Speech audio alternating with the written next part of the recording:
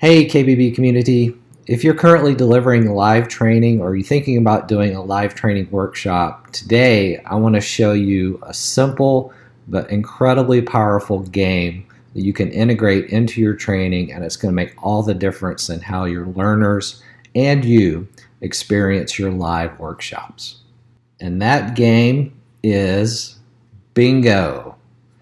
No, this is not your grandparents' bingo, the one they played in the smoky community halls while pounding whiskey shots and eating Keebler cookies. No, this is bingo for your classroom.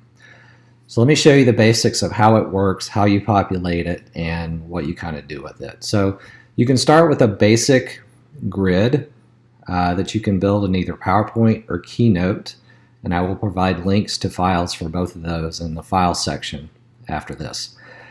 You would place your logo in the center of the screen, and from there you've obviously got these other 24 squares that you have to populate with some information. So what is it that you're looking to put here? Well, what you're trying to do is identify those key takeaways from your content, those things that, barring everything else, you want your learners to walk away with. So for example, I've got just an example here of one kind of flow that might represent a bingo. So a slideshow shootout, 99 seconds, day of ramp up, speed dating, things that I talk about in a couple of my workshops that I offer.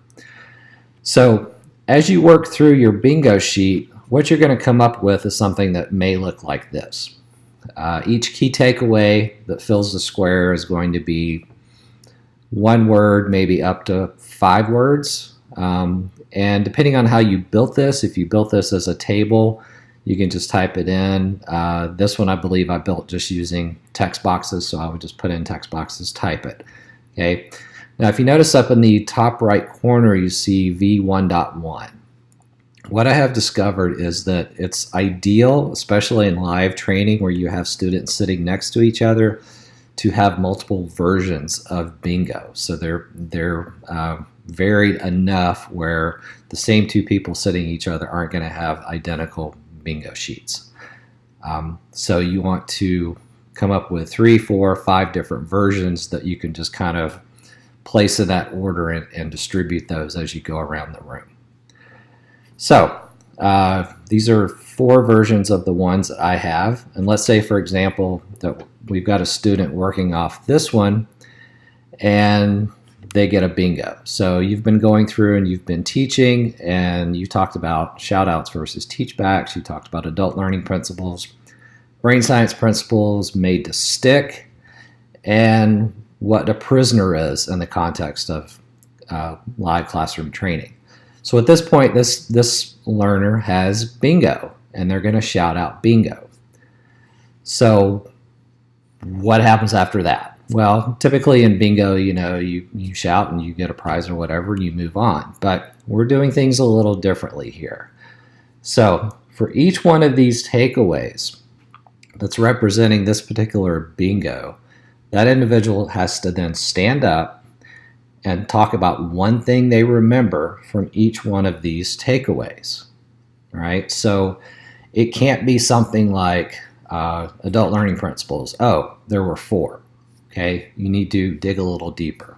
Have them give you a specific one or explain a specific principle. It's up to you to kind of manage that, give them feedback, and kind of push them, be bad cop if you need to get to draw out that information from them. But at the end, they take about 30 to 60 seconds. They bounce through these. They talk about what they remember from each one of those. Everybody claps. They sit down, and you move on. So what's cool about this is as you go through your training day, whether it's 4 hours, 8 hours, or a couple of days, obviously you're going to be talking about more of these takeaways, so therefore you're going to have more and more bingos. Well, you may be thinking, okay, but that's taking away my time that I have to speak. But here's the deal. In these moments when they call out bingo and a particular one of your students stands up, they become the teacher for that moment, and they're teaching the class and they're telling you what they remember. And that's giving you a great perspective on what they heard you say and what they remembered. So this is a really crazy powerful tool. But since this does take time, and it takes 30 to 60 seconds here and here and here, you have to make sure that you build this time into your training day so that you can do this. But it's a powerful, great tool to use. I have seen students actually take notes on my bingo card. I have been a student of this technique as well, and I can tell you from my experience that as I got 3, 4, as I was getting closer to getting bingo, I was thinking back on, okay, what am I going to say? What did this mean? In some cases, I was actually flipping backwards through my binder or through my workbook to find this information. So I think there's a common mentality that in live training, when we're teaching adults, we can only go forward in our workbook or our binders. It's completely okay to go backwards. So imagine you're setting up this simple little game. You've got your students on their own going back and refreshing and revisiting all of that stuff that you talked about before. I mean, how cool is that? When does that ever really happen? So bingo is amazing.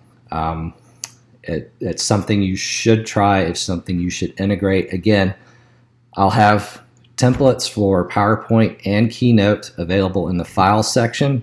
You can take a look at this and give it a try. Give it a try this week. It takes a little bit of time to kind of figure out what you want to put on here, but man, it is such a cool, powerful, fun technique that once you use it once, you'll never not want to use it ever again. So there, I hope that's helpful. Please go out, try bingo, send me feedback, let me know how it works for you. Thanks.